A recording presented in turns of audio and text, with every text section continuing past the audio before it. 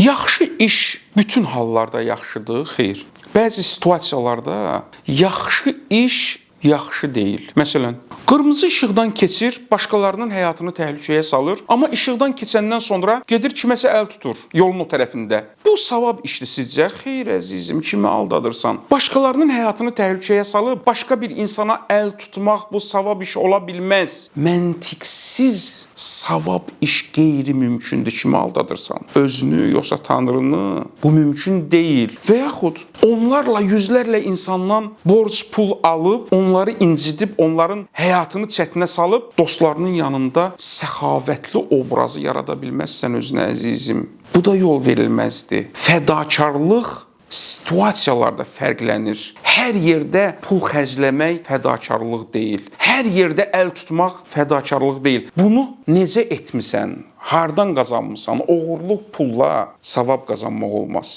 Əl tutmaq olmaz.